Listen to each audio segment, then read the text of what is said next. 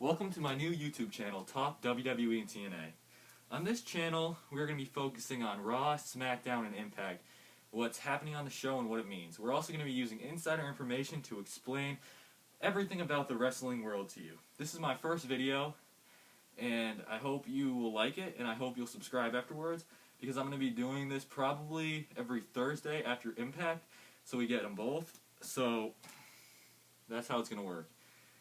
First, I'm going to probably be talking about WWE mostly in this channel because that's where most of the news is. Also, I'm a huge WWE fanboy and I'm not afraid to admit it. I love the WWE.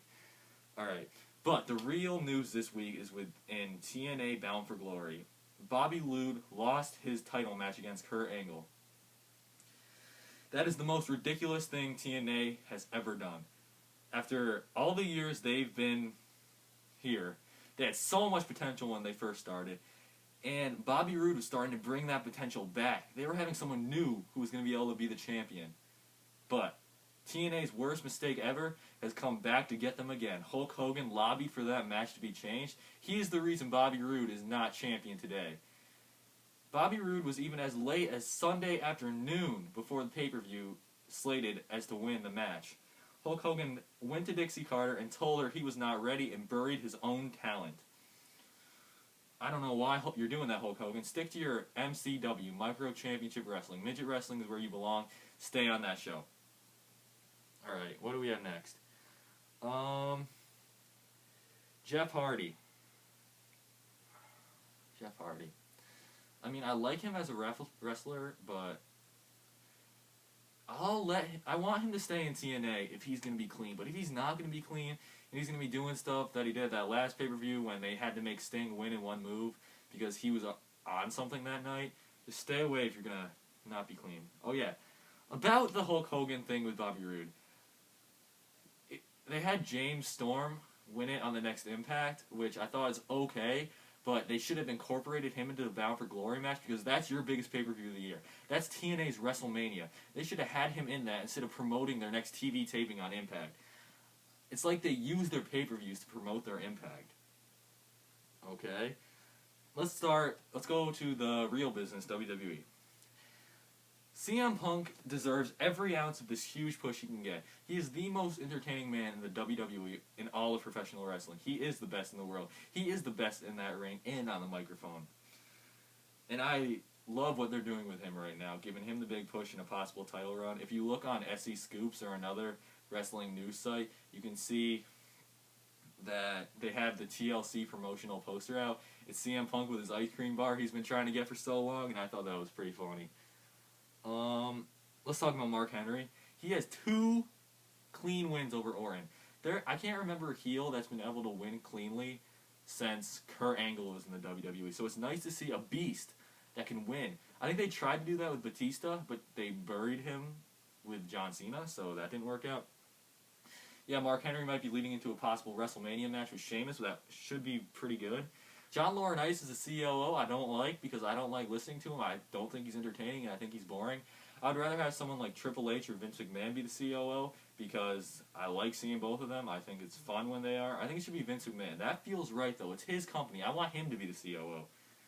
Firing JR, that's been done so many times before, I just don't want to see it happen anymore. Daniel Bryan is the best in-ring wrestler in the world. They're underutilizing his talents, which is a shame. He is very good, and I'm so afraid that he's going to lose his Money in the Bank briefcase to someone. I think it might be Wade Barrett, but I wouldn't be that mad if it was to Wade Barrett because I want him to get a push, but I don't want it to be Daniel Bryan's briefcase because I also want Daniel Bryan to get a push. John Morrison, they're thinking they might not re-sign him when his contract is up, and I think John Morrison's really good in ring. He's very entertaining, but he just never got those promos down, you know? Yeah, and what's with these NXT guys violating the wellness policy? Darren Young, Heath Slater, and Andy Levine. I know he was the Tough Enough winner, and all 3 of them have been suspended for that. I mean, it's not that big of a loss, but I'm just saying. Alright, I want to talk about FCW guys who need a push. Seth Rollins, a.k.a. Tyler Black, Richie Steamboat, and Mason Ryan, I like you, but you need to go back to FCW. You are green as goose shit. Thank you, Bill DeMott. So, Sin Cara. I am wearing a Sin Cara mask. I know a lot of people don't like him because they think he's botchy, but I think he is very entertaining in the ring, and I would rather watch someone who does moves like that are a little bit botched than watch someone who's just throwing punches. The Black Sin Cara, I actually like that angle, but I want Hunico to be Hunico. I don't want him to be Black Sin Cara. I know they had the mask versus mask on SmackDown, and he lost his mask, so we'll see if they bring him back as Hunico, or they just don't use him anymore and bring him back to FCW, which would be a real shame. WWE Tag Team Division. That's sad. I always liked watching the Tag Team Division, now it's dead. But they are trying to revive it with teams like Air Boom. Air Boom I like. I think they're pretty entertaining. I don't really like Evan Bourne. I don't think they're a major tag team. I think back when tag teams were a big thing with like DX, they'd be a jobber tag team. But anyways, I think TNA with Bobby Roode and James Storm, the only reason they're pushing those guys the title is because WWE is trying to recruit tag teams from around the world, and they wanted them really bad to be in their tag team, so they're trying to push them so they don't want to leave TNA. WWE also got the Kings of Wrestling from Ring of Honor to help their tag team division, so that might be good. Chris Jericho is in talks with WWE about returning for WrestleMania match. That would be great. I love Chris Jericho. I'm a Jericho-holic. His video he put out on WWE.com, it's actually really good. It was very entertaining. If I were you, I'd get it. I have it. It's very good. Zack Ryder. Woo, woo, woo. He is getting his push. He deserves it. He's entertaining, and I like him. Okay, guys who need pushes. I'm going to list. Not including FCW guys. Cody Rhodes, Daniel Bryan, who I already mentioned, Dolph Ziggler, Jack Swagger, Drew McIntyre, the Usos, and last but not least, the Long Island Ice Z, Zack Ryder. He's already getting a push, but I think it should be more. Miz and R-Truth.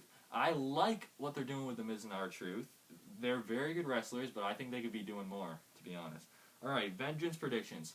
So far, the matches we have for Vengeance are Big Show versus Mark Henry, Randy Orton versus Cody Rhodes, John Cena versus Alberto Del Rio, and Triple H and CM Punk versus The Miz and R-Truth. Let's start off with CM Punk and Triple H versus The Miz and R-Truth.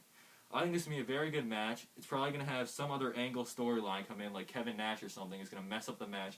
I don't think it's going to be a clean finish, but I think it's going to be a good match. Randy Orton versus Cody Rhodes. I love Cody Rhodes. He's been very good in the ring lately and very good on the microphone, even though he's doing that weird voice thing and he has a weird gimmick. Anyways, he's still really good. I like how he brought back the Intercontinental title, and I think that's going to be a pretty good match. It might be the best of the night, even though Randy Orton isn't that good. Mark Henry versus Big Show, that's just going to be a bunch of slams and strikes. I don't think it's going to be very good. It might be entertaining because they are having an intense feud, but I don't think it's going to be that good. Last man standing match between John Cena and Alberto Del Rio. That's probably going to be okay, but both of them aren't really the best in the ring, so I don't know. I don't know if you should buy it. It doesn't look like it's going to be a stellar pay-per-view. It looks like it's going to be an okay one. It's going to be decent. Anyways, that looks like it's going to be it for this week. Could you please subscribe to me? Comment with questions below so I can answer them during the show so we have more stuff to talk about. And remember, this is my opinion, so if you're not down with that, I got 2 words for you. Take care. Spike your hair. Woo, woo, woo. You know it.